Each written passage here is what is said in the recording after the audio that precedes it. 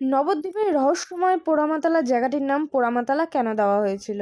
তো hello guys, আমি অনেকদিন পর আবার একটি ভিডিও নিয়ে চলে আসলাম তোমাদের জন্য। একদিন আমি ভিডিও দিতে পারিনি, তো তাই জন্য আজকে একটি মন্দিরের কথা বলবো। এই হলো সেই জায়গা যেখানে ইতিহাস ঘাটালে জানা যায় আজ থেকে প্রায় 500 বছর আগে পঞ্চদশ শতাব্দীতে বিখ্যাত নবনয় পণ্ডিত বাসুদেব সার্বভৌম এখানে একটি বিশাল বটগাছের কোটরে দেবী দক্ষিণাকালীর ঘট স্থাপন করেছিলেন।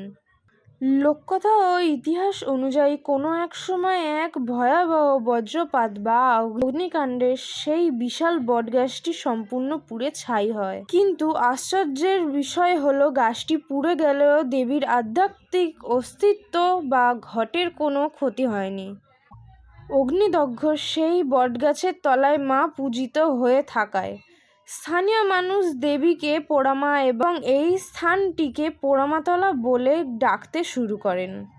পোড়ামাতলা দেবী কোনো মূর্তি নন, তিনি একটি ঘটে অধিষ্ঠিত এবং নিত্যদিন দক্ষিণাকালীর ধ্যানেই তার পুজো করা হয়। তবে বছরের একটি বিশেষ দিনে মায়ের রূপ বদলে যায়। মাঘ মাসের শ্রী পঞ্চমী অর্থাৎ সরস্বতী পুজোর দিন এই দেবী কালিকা পূজিত হন নীল সরস্বতীর রূপে।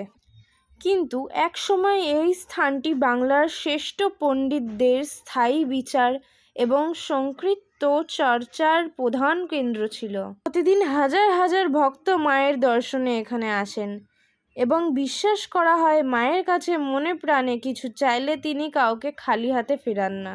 আজকের ভিডিওটি যদি তোমাদের ভালো লেগে থাকে তাহলে একটি লাইক করবে এবং শেয়ার করবে।